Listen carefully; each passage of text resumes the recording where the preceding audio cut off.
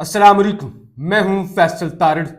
आज 10 मई बरोज एतवार GHQ के अंदर एक बड़ी तकरीब हुई है जिसके अंदर फील्ड मार्शल आसम मुनीर साहब ने खिताब किया है।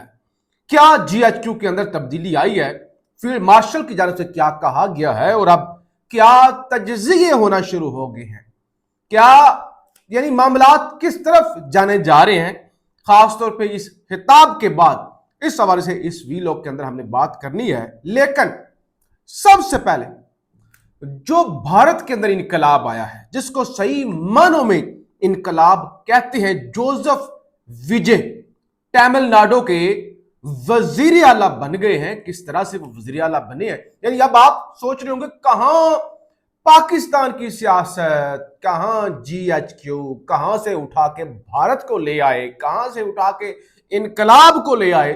तो मैं सिर्फ 30 सेकंड के अंदर आपको ये सारा कुछ बयान करता हूं। आपसे गुजारिश है इस YouTube चैनल को जरूर सब्सक्राइब करें और फीडबैक जरूर दिया करें। देखिए जी, भारत की जब पाकिस्तान में बैठ के बात होती है तो कहा जाता है वहां पे बीजेपी बड़ी तगड़ी है। जैसे बंगाल के अंदर उन्होंने 80-90 लाख वोट खत्म कर दिए। दिल्ली के अंदर हुकूमत यानी वो साइड पे चलता किया ना, आम आदमी पार्टी के जो अरविंद केजरीवाल थे उनके बंदे भी तोड़ लिए। पंजाब के अंदर भी यही सूरत हाल, और मोदी तीसरी दफा वजीर आजम बन गया। अगरचे कमजोर वजीर आजम बने तीसरी दफा, लेकिन कहा जा रहा है कि बीजेपी का कोई मुकाबला ही नहीं है। उनकी एक अपनी एस्टैब्लिशमेंट है, वो पार्टीज तोड़ते हैं, लोगों को खरीदते हैं, ब्लैकमेल करते हैं। लेकिन तमिलनाडु, वहां पे 2024 के अंदर जोसेफ विजय जो कि एक फिल्मी एक्टर है, 2024 अपनी पार्टी बनाते हैं।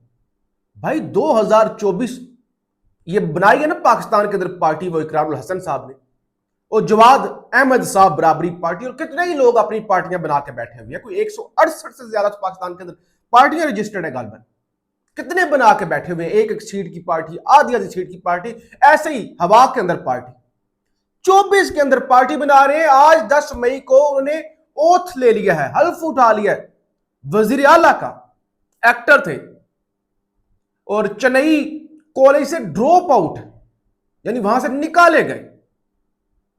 और मोदी का भारत, जहां पे जो पहले बड़ा अच्छा था, सेकुलर था, पॉजिटिव लोग सोचते थे, लेकिन अब वहां पे जहर भर दिया गया लोगों के जहनों में। वहां के मीडिया ने, वहां के पॉलिटिशियंस ने, इंतहा पसंदी वाला एलिमेंट ज्यादा हुआ। ये नहीं कि पाकिस्तान में इंतहा पसंदी नहीं है, पाकिस्तान में भी है, लेकिन वहां पे ज्यादा बड़ा आगे बढ़ा। उस माशरे के अंदर एक शख्स 24 के अंदर पार्टी बनाता है। आज उसने ओथ ले लिया है। लाखों लोग उसकी ओथ टेकिंग सेरेमनी के अंदर थे, और राहुल गांधी जो अपोजिशन लीडर है वो भी उस सेरेमनी के अंदर मौजूद थे। तो ये है इनकलाब। लोग खड़े हो जाते हैं, लोगों के अंदर शऊर होता है और वो इनकलाब लेके आ जाते हैं। पाकिस्तान के अंदर भी इनकलाब आया 8 फरवरी 2024 को, लेकिन लोग इनकलाब तो ले आए, लेकिन उस इनकलाब को संभाल नहीं सके, अपने वोट को बचा नहीं सके, और ना ही जिनको उन्होंने वोट दिया था वो अपने वोट की हिफाजत कर सके। बहरहाल ये सूरत हाल है। फील्ड मार्शल जरा जो उन्होंने खिताब किया है, और मैं बड़े एहतराम के साथ, ताकि सारे नाम उनके जो तमगे और टाइटल है वो ले सकूं, कोई इस तरह का मामला ना हो, जरा मैं पढ़ के आपको बता देता हूं। मार्काए हक की पहली यादगारी तकरीब से फील्ड मार्शल सैयद आसम मुनीर निशाने इम्तियाज मिलिट्री हलाले जुर्रत चीफ ऑफ आर्मी स्टाफ व चीफ ऑफ डिफेंस फोर्सेस की तारीखी खिताब के अहम नुकात। यानी ये जाहिर है इंतहाई इज्जत के साथ हम तो फिर फील्ड मार्शल क्या लेते हैं, वरना ये हर एक जुमले के अंदर ये सारे जुमले रिपीट करें कि फील्ड मार्शल, निशाने इम्तियाज, हलाले जुर्रत, chief of army staff, chief of defence forces, ये जो इतने हैं जाहिर है। अच्छा, बहरहाल उन्होंने जो खिताब किया वो बड़ा अहम है। और इसके बाद लोगों ने कहना शुरू कर दिया सोशल मीडिया पे जो लोग हैं कि बहुत जल्द बावर्दी सदर आप फील्ड मार्शल को बतौर, यानी इनके साथ फिर ये भी लग सकता है कि बाकी टाइटल अपनी जगह, सदर पाकिस्तान, यानी वो बावर्दी सदर बन सकते हैं, हो सकते हैं। और खासतौर पे जो आज उनकी तकरीब थी और जो एक वो नजर आए एक अच्छे पुरएतमाद यानी लहजे के अंदर। मार्का हक ऑपरेशन बनियानुल मरसूस में अल्लाह ताला की रजा से पाकिस्तान अवाम और मुसल्लह अफवाज को एक बेमिसाल कामयाबी मिली। मार्का हक दो नजरियात के दरमियान एक फैसला कुन मार्का था जिसमें हक फतेह याब और बातल हजीमत से दो चार हुआ। हिंदुस्तान का ख्वाब है कि वह पाकिस्तान को अस्करी जाहिरियत और सिफारती तन्हाई का निशाना बनाकर खित्ते में ताकत का तवाज़ुन तब्दील करे। उसका यह ख्वाब उसके कद काठ और सलाहियत से कहीं ज्यादा है, जिसे पाकिस्तान कभी कामयाब नहीं होने देगा। मैं मार्का हक के तमाम शुहदा और गाजियों, बिलखुसूस शहीद होने वाली निहत्ती औरतों, बूढ़ों और मासूम बच्चों को पूरी कौम और अफवाज पाकिस्तान की जानिब से खराज अकीदत पेश करता हूं। हम अपने शुहदा की कुर्बानी को ईमानत, अपनी ताकत को जिम्मेदारी, अपनी कामयाबी को खुदाए बुजुर्गो बरतर का एहसान समझते हैं। अच्छा, हम अपने शुहदा की कुर्बानी, अच्छा, अवाम और कौमी क़यादत का पैगाम है कि मुल्की खुद मुख्तारी, सरहदी सालमियत और कौमी वकार पर कोई समझौता काबिल कबूल नहीं। हिंदुस्तान को इस जंग के नतीजे में शदीद जानी और माली नुकसान उठाना पड़ा, जिसकी वो कीमत आने वाले वक्तों तक चुकाता रहेगा। फतह मिसाइलों और पाक फजाइया के शाहीनों ने दुश्मन के 26 से ज्यादा अस्करी अहदाफ को कामयाबी से निशाना बनाया। अल्हम्दुलिल्लाह आज पाकिस्तान का दिफा किसी भी बैरूनी जहारियत के खिलाफ मुकम्मल तौर पर नाकाबिल तस्खीर है।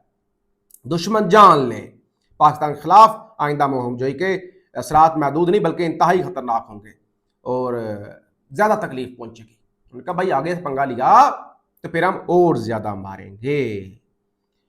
अफवाज पाकिस्तान को जदीद तकाजों से आमांग करने के लिए डिफेंस फोर्सेस हेडक्वार्टर्स कायम कर दिया गया है। पाकिस्तान का ब्रादर इस्लामी मुमालिक सऊदी अरब के साथ स्ट्रेटेजिक बाहमी दिफाई मुआहदा हमारी सफारती कामयाबियों का एक अजीम संग मील है। और फिर उन्होंने डोनाल्ड ट्रंप का भी शुक्रिया अदा किया। अमेरिका ईरान जंग के अंदर भी जो वो कहते हैं कि जो इतमाद किया डोनाल्ड ट्रंप ने हम पर कि आप सफारतकारी करवाएं, उस पर भी हम डोनाल्ड ट्रंप का शुक्रिया अदा करते हैं। आज पाकिस्तान अपनी मौसर जिम्मेदाराना और गैर जानबदाराना सफारतकारी के जरिए तारीखी अमन मुज़ाकरात इस्लामाबाद टॉक्स की मेज़बानी कर रहा है। पाकिस्तान के साथ रवायती जंग को नामुमकिन तस्वर करते हुए भारत एक बार फिर दहशतगर्दी घरौनी रवश का सहारा ले रहा है। अफगानिस्तान अपनी सरजमीन पर दहशतगर्दी के मराकज और आमाजगाहों का मुकम्मल खात्मा करे, क्योंकि जो सफारती मामलात हैं उस पर भी फील्ड मार्शल बोले, आलमी अमूर पर भी बोले, भारत के हवाले से और दफाई मामलात पर भी। तो इसलिए लोगों ने कहना शुरू कर दिया है कि फील्ड मार्शल एक पूरा पैकेज है, यानी एक फुल फ्लैग पैकेज है पूरा।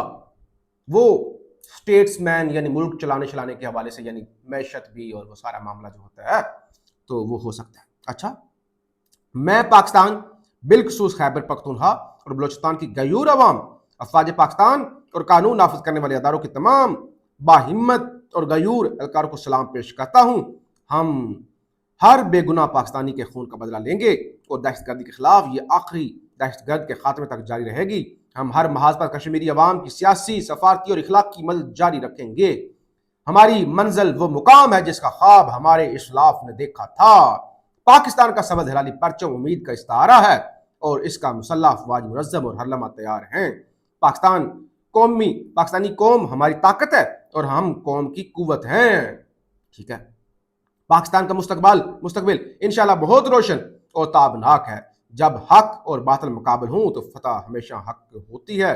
पाकिस्तान कल भी नाकाबिल तस्खीर था और इंशाल्लाह आने वाले वक्तों में भी नाकाबिल तस्खीर होगा। इसके साथ ही खबर सुन ले, बन्नू के अंदर खुदकश धमाका हुआ है जहां पे 14 पुलिस एहलकार शहीद हो गए और 3 से जायद की जख्मी होने की भी इत्तलात है। तो दहशतगर्दी तो बढ़ रही है,